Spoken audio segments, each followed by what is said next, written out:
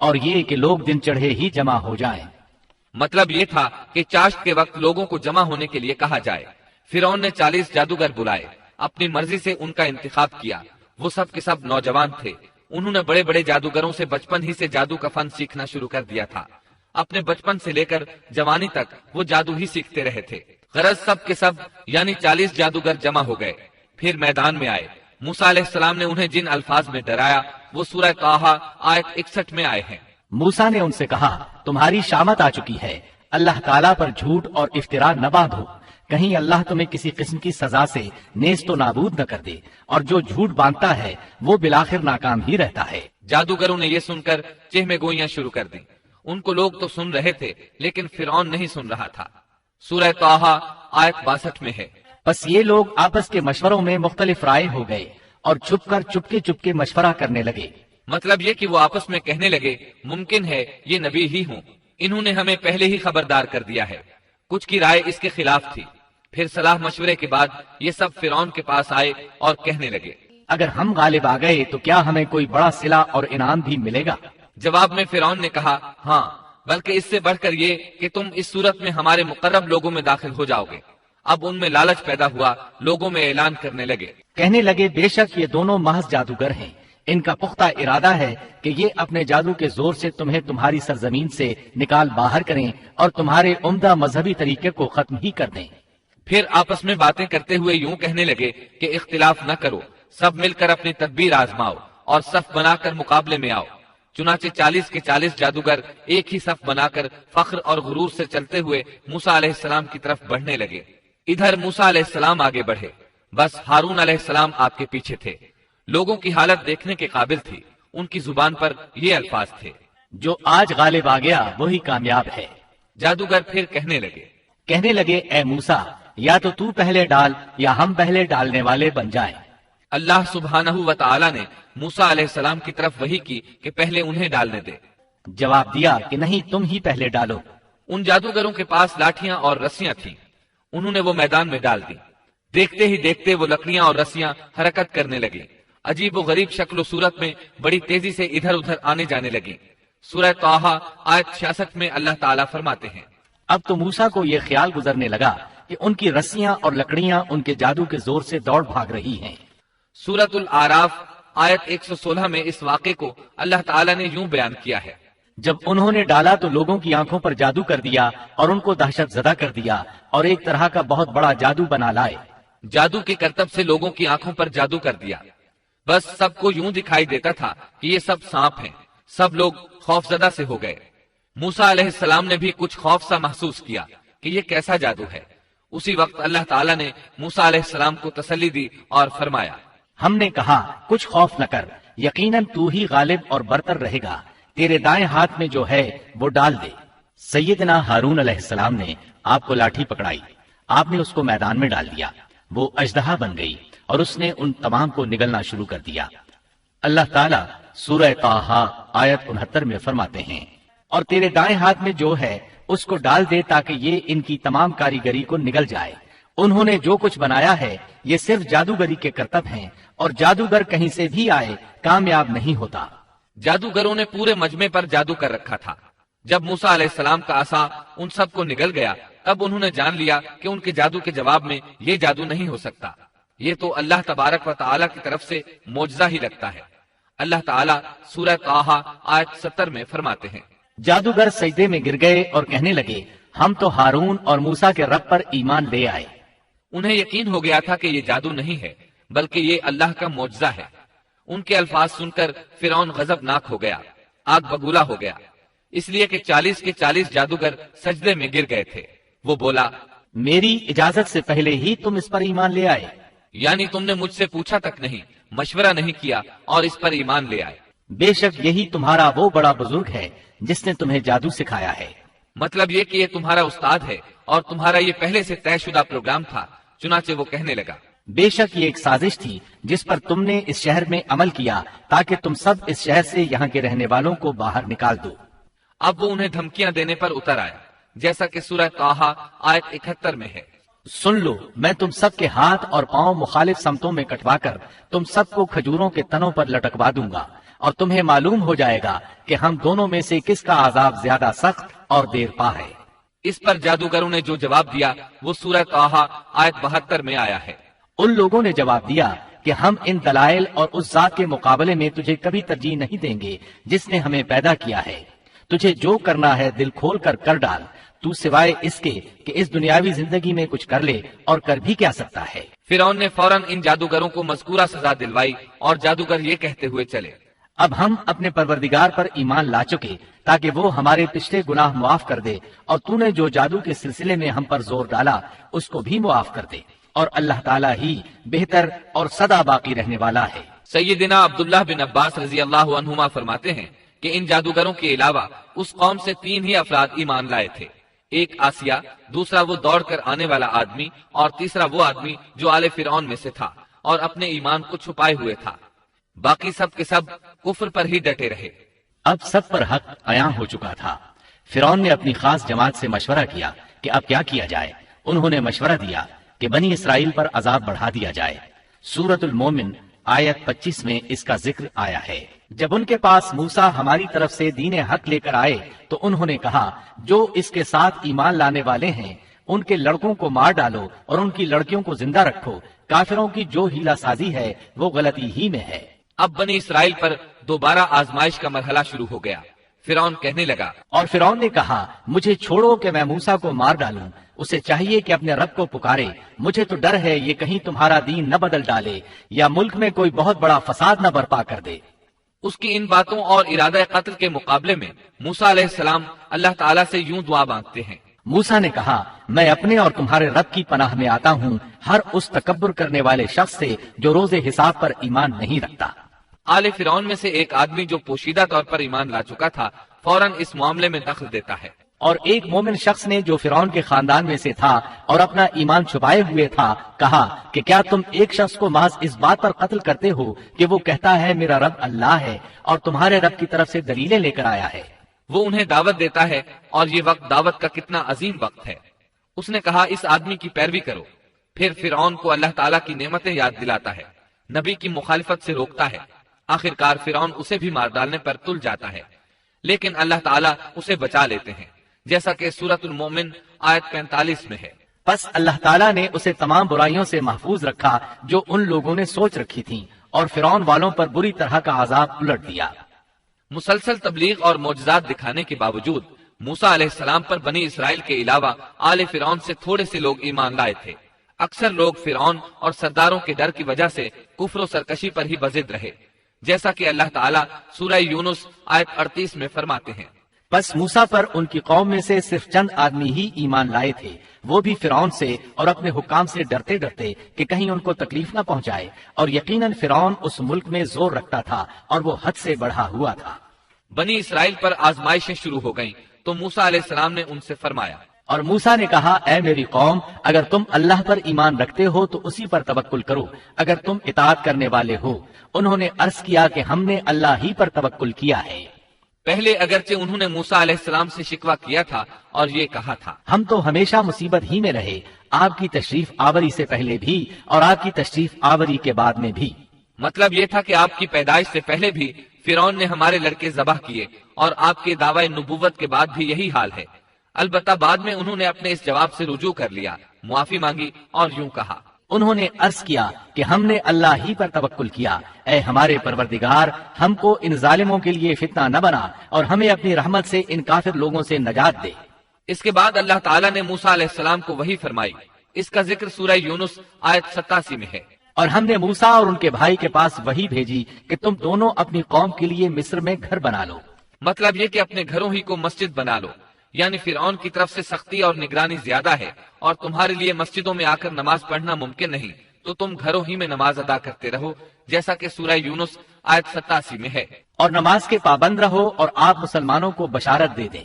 اسی موقع پر موسیٰ علیہ السلام نے ایک دعا فرمائی، اور موسیٰ نے عرض کیا، اے ہمارے رب، تو نے فرعون کو اور اس کے سرداروں کو سامان زینت اور طرح طرح کے مال دنیاوی زندگی میں دیے، اے ہمارے رب اسی واسطے دیے ہیں کہ وہ تیری راہ سے گمراہ کریں، اے ہمارے رب ان کے مالوں کو نیست و نابود کر دے اور ان کے دلوں کو سخت کر دے سو یہ ایمان نہ لانے پائیں یہاں تک کہ دردناک عذاب کو دیکھ لیں۔ مورخین کہتے ہیں فرعون کی قوم کے بڑے بڑے سرداروں کے مال، حتیٰ کہ ان کے کھانے کی چیزیں پتھر اور مٹی کے ڈھیلے بن گئے، یہاں تک کہ انڈے اور دال بھی۔ اور یہ اس بات کا نتیجہ تھا کہ اللہ تعالیٰ نے موسیٰ اور ہارون علیہ السلام کی دعا کو قبول فرما لیا ہے، جیسا کہ اللہ تعالیٰ سورہ یونس آیت 89 میں فرماتے ہیں۔ حق تعالیٰ نے فرمایا کہ تم دونوں کی دعا قبول کر لی گئی، سو تم ثابت قدم رہو اور ان لوگوں کی راہ نہ چلنا جن کو علم نہیں۔ اس کے بعد بنی اسرائیل پر بلائیں اور آزمائشیں سخت ہو گئیں۔ سورۃ الاعراف آیت 129 میں ہے۔ قوم کے لوگ کہنے لگے ہم تو ہمیشہ مصیبت ہی میں رہے، آپ کی تشریف آوری سے پہلے بھی اور آپ کی تشریف آوری کے بعد بھی۔ موسیٰ نے فرمایا اللہ بہت جلد تمہارے دشمن کو ہلاک کر دے گا اور بجائے ان کے تمہیں اس سرزمین کا خلیفہ بنا دے گا، پھر تمہارا طرز عمل دیکھے گا۔ یعنی بہت جلد اللہ تعالیٰ تمہیں زمین میں حاکم بنائے گا، وہ تمہیں دیکھے گا کہ تم کیسے عمل سر انجام دیتے ہو۔ اب جو ہی بنی اسرائیل پر مصیبتوں کا دور شروع ہوا، اللہ تعالیٰ نے مصریوں پر بھی ابتلا اور آزمائش کا دور شروع کر دیا۔ چنانچہ فرعون اور مصریوں پر لگاتار ہلاکتیں آنا شروع ہو گئیں۔ اللہ تعالیٰ سورۃ الاعراف آیت 130 میں فرماتے ہیں، اور ہم نے فرعون والوں کو قحط سالی اور پھلوں کی کمی میں مبتلا کر دیا۔ اللہ تعالیٰ کا قہر شروع ہوا، آسمان سے بارش برسنا بند ہو گئی، دریائے نیل خشک ہو گیا، ان کی بھوک شدید ہو گئی۔ فرعون سمجھ گیا یہ موسیٰ کی وجہ سے ہے، کہنے لگا اے موسیٰ اگر تو اپنے رب سے دعا کر کے یہ کیفیت ختم کرا دے تو ہم بھی بنی اسرائیل پر جفائیں ختم کر دیں گے۔ موسیٰ علیہ السلام نے فرمایا ٹھیک ہے۔ چنانچہ آپ نے اللہ تعالیٰ سے دعا فرمائی، دریائے نیل جاری ہو گیا، باران رحمت کا نزول ہوا، لیکن فرعون باز نہ آیا۔ اس نے بنی اسرائیل کو دوبارہ تنگ کرنا شروع کر دیا۔ اس کے جواب میں اللہ نے بھی فوراً دوسرا عذاب بھیج دیا، پھلوں کی پیداوار کم کر دی۔ وہ بڑے بڑے درخت جو پھلوں سے لدے رہتے تھے اب ان پر ایک آدھ دانہ لگتا، کھجوروں کے درختوں پر بس ایک آدھ کھجور لگتی، انگوروں کی بیلوں پر بھی ایک آدھ انگور نظر آتا۔ اب فرعون نے پھر کہا اے موسیٰ اپنے پروردگار سے دعا کر، وہ ہم سے اس آزمائش کو ہٹا لے تو میں بنی اسرائیل کو جانے دوں گا۔ چنانچہ موسیٰ علیہ السلام نے دعا فرمائی، پھر پھل لگنے شروع ہو گئے۔ مصر میں خیر و برکت کا دورہ شروع ہو گیا، لیکن فرعون نے بنی اسرائیل کو پھر بھی نہ چھوڑا، الٹا انہیں منحوس قرار دیا اور کہا کہ ہماری تکالیف و مصائب کے صرف تم ذمہ دار ہو۔ اللہ تعالیٰ اس بارے میں سورۃ الاعراف آیت 131 میں فرماتے ہیں، سو جب ان پر خوشحالی آ جاتی تو کہتے کہ یہ تو ہمارے لیے ہونا ہی چاہیے، اور اگر انہیں کوئی بدحالی پیش آ جاتی تو موسیٰ اور ان کے ساتھیوں کی نحوست بتلاتے۔ یاد رکھو کہ ان کی نحوست اللہ کے پاس ہے، لیکن ان کے اکثر لوگ نہیں جانتے۔ مطلب یہ کہ یہ سب کچھ تو تمہارے کفر کی وجہ سے ہے۔ اس کے بعد مزید نشانیاں ظاہر ہونے لگیں۔ اللہ سبحانہ و تعالی سورۃ الاعراف آیت 133 میں فرماتے ہیں، پھر ہم نے ان پر طوفان بھیجا اور ٹڈیاں اور جوئیں اور مینڈک اور خون کہ یہ سب کھلے کھلے معجزے تھے۔ یہ کل 9 معجزے تھے۔ ان میں سے پہلا معجزہ لاٹھی کا اژدہا بن جانا، دوسرا معجزہ ہاتھ کا روشن ہو جانا، تیسرا معجزہ قحط سالی، چوتھا معجزہ پھلوں میں کمی، اور باقی 5 معجزات کا ذکر اسی آیت مبارکہ میں آیا ہے۔ طوفان، ٹڈیاں، جوئیں، مینڈک اور خون۔ ان 5 میں سے پہلا معجزہ ہے طوفان۔ دریائے نیل میں ایسی طغیانی آئی کہ پانی مصر میں داخل ہو گیا، بنی اسرائیل کے گھروں کے سوا سب کچھ غرق ہونے لگا۔ سیلابی ریلا کسی اسرائیلی کے گھر کے قریب آتا تو رک جاتا، کسی مصری کے گھر کے قریب آتا تو اس میں داخل ہو جاتا۔ وہ اپنی آنکھوں سے اپنی ہلاکتوں اور غرقابی کو دیکھ رہے تھے۔ آخر موسیٰ علیہ السلام سے فریادیں کرنے لگے، اے موسیٰ اس بلا کو بھی رکوا دو، اپنے پروردگار سے دعا کرو یہ بلا روک دے۔ چنانچہ آپ نے دعا فرمائی، یہ عذاب ختم ہو گیا۔ فرعون اور مصری بہت خوش ہوئے۔ اس کے بعد ٹڈیوں کا معجزہ شروع ہوا۔ مصریوں کے کھیتوں میں ٹڈی دل فوج آتی، ان کو چٹ کر جاتی، لیکن بنی اسرائیل کے کھیتوں کو کچھ نہ کہتی۔ پھر اسی طرح دعا کرنے سے یہ بلا ختم ہوئی۔ پھر گھن کا کیڑا شروع ہوا۔ گھن کا کیڑا یعنی سرسری یا سر کے بالوں سے نکلنے والی جوئیں۔ مشہور بات یہی ہے کہ وہ جوئیں تھیں، وہ ان کے سروں سے نکلتی تھیں۔ ان کے جسموں میں جوؤں کی بھرمار ہونے لگی۔ جو ہی کوئی مصری کسی کے قریب ہوتا اس پر جوئیں گرنے لگتی۔ کوئی سونے کے ارادے سے اپنے بستر کے قریب آتا تو اس پر جوئیں ہی جوئیں ہوتی۔ ان پر یہ آزمائش بھی بہت شدید ہو گئی، لیکن بنی اسرائیل اس سے محفوظ رہے۔ اس کے بعد مینڈک والا معجزہ شروع ہوا۔ مصریوں کو مینڈک ہی مینڈک نظر آنے لگے، لیکن بنی اسرائیل کے گھروں میں کچھ بھی نہ تھا۔ مصری اپنا کوئی برتن کھولتا تو اس میں مینڈک نظر آتا، کوئی اپنے بستر پر آتا تو اس پر مینڈک ہوتا، کھانا کھانے کے لیے بیٹھتا اور لقمہ منہ میں رکھتا تو وہ مینڈک بن جاتا۔ اللہ تعالیٰ نے ان لوگوں کو عجیب طرح سے آزمائش میں مبتلا کیا۔ اس کے علاوہ خون کا معجزہ، یہ 5واں معجزہ تھا۔ اس کے سامنے فرعون بے بس ہو گیا، ان کا پانی خون میں تبدیل ہونے لگا۔ کوئی مصری دریائے نیل سے چلو میں پانی لیتا تو وہ پانی خون بن جاتا، لیکن کوئی اسرائیلی پانی لیتا تو وہ پانی ہی رہتا۔ مصری کسی کنویں سے پانی نکالتے تو وہ خون بن جاتا، اسی کنویں سے اسرائیلی پانی لیتے تو پانی ہی رہتا۔ اللہ تعالیٰ نے ان سے پانی کو روک لیا، پھر مصری پانی حاصل کرنے کے لیے بنی اسرائیل کے پاس آنے لگے، وہ ان سے پانی مانگتے۔ جب بنی اسرائیل ان کے لیے پانی ڈالتے تو وہ فوراً خون میں تبدیل ہو جاتا، اسی پانی کو بنی اسرائیل پیتے تو پانی ہی رہتا۔ سب لوگوں نے یہ معجزات اپنی آنکھوں سے دیکھ لیے، لیکن پھر بھی موسیٰ علیہ السلام پر ایمان نہ لائے اور غرور و تکبر پر اڑے رہے، جیسا کہ اللہ تعالیٰ سورۃ الاعراف آیت 133 میں فرماتے ہیں، سو وہ تکبر کرتے رہے اور وہ لوگ تھے ہی جرائم پیشہ۔ 9 عدد معجزات دیکھ لینے کے بعد بھی وہ ایمان نہ لائے، حق کو جھٹلاتے ہی رہے۔ سب سے سخت ترین عذاب خون کا عذاب تھا۔ معاملہ جب یہاں تک پہنچا تو سب جمع ہو کر موسیٰ علیہ السلام کے پاس آئے اور یوں گویا ہوئے، کہنے لگے، اے موسیٰ، ہمارے لیے اپنے رب سے اس بات کی دعا کر دیجئے جس کا اس نے آپ سے عہد کر رکھا ہے۔ اگر آپ اس عذاب کو ہم سے ہٹا دیں تو ہم ضرور آپ پر ایمان لے آئیں گے، اور ہم بنی اسرائیل کو بھی رہا کر کے آپ کے ہمراہ کر دیں گے۔ پھر جب ان سے اس عذاب کو ایک خاص وقت تک کے لیے، جس تک بہرحال ان کو پہنچنا تھا، ہٹا دیتے تو وہ فوراً ہی عہد شکنی کرنے لگتے۔ آخر کار موسیٰ علیہ السلام کو اللہ کا حکم ہوا کہ راتوں رات تو میرے بندوں کو لے کر نکل جا۔ دوسری جگہ یوں ارشاد ہوتا ہے، ہم نے موسیٰ کی طرف وہی نازل فرمائی کہ راتوں رات میرے بندوں کو لے چل۔ چنانچہ سب بنی اسرائیل رات کی تاریکی میں نکلے، وہ دروازوں پر کوئی خاص نشان چھوڑ کر چلنے لگے۔ رات کی تاریکی میں نکلنے کا حکم اس لیے دیا گیا تاکہ فرعون ان کے بارے میں کوئی فیصلہ نہ کر سکے۔ انہوں نے صبح ہونے کا انتظار نہ کیا۔ ان کی تعداد 6 لاکھ کے قریب تھی۔ یہ سب لوگ اپنے مال مویشی اور ضروری سامان ساتھ لے کر چلے۔ فلسطین کی طرف 6 لاکھ افراد کی یہ عظیم ہجرت تھی۔ فرعون کو صبح سویرے پتا چلا تو سوچ میں ڈوب گیا کہ اب ہماری خدمت کون کرے گا، ہماری غلامی کون کرے گا۔ اس کی حالت پاگلوں جیسی ہو گئی۔ آخر اس نے بنی اسرائیل کے تعاقب کا حکم دیا۔ اللہ تعالیٰ اس موقع پر سورۃ الشعراء آیات 57 تا 60 میں فرماتے ہیں، آخر کار ہم نے انہیں باغات سے اور چشموں سے اور خزانوں سے اور اچھے اچھے مقامات سے نکال باہر کیا۔ اسی طرح ہوا، اور ہم نے ان تمام چیزوں کا وارث بنی اسرائیل کو بنا دیا۔ بس فرعون کے لوگ سورج نکلتے ہی ان کے تعاقب میں نکلے، یعنی فرعون طلوع آفتاب کے وقت ہی ان کے تعاقب میں لشکروں کی تیاری کے ساتھ نکل کھڑا ہوا۔ موسیٰ علیہ السلام بنی اسرائیل کو لیے بحر احمر کے ایک کنارے پہنچے۔ بحر قلزم بحر احمر ہی کا ایک کنارہ ہے۔ انہوں نے پیچھے مڑ کر دیکھا، کیا دیکھتے ہیں کہ فرعون اپنے لاؤ لشکر کے ساتھ بھاگا آ رہا ہے۔ بنی اسرائیل گھبرا گئے کہ اب کیا ہوگا۔ سامنے ٹھاٹھے مارتا سمندر اور پیچھے فرعون اور اس کا لشکر۔ اللہ تعالیٰ اس موقع پر سورۃ الشعراء آیت 63 میں فرماتے ہیں، ہم نے موسیٰ کی طرف وہی بھیجی کہ دریا پر اپنا عصا مارو، بس اسی وقت دریا پھٹ گیا اور پانی کا ہر ایک حصہ بڑے پہاڑ کی طرح کھڑا ہو گیا۔ سمندر لاٹھی لگنے سے ایسا پھٹا کہ پانی کے 2 بڑے بڑے پہاڑ بن گئے، یعنی سمندر کے اندر خشک راستے بن گئے اور اطراف میں پانی کے پہاڑ کھڑے ہو گئے۔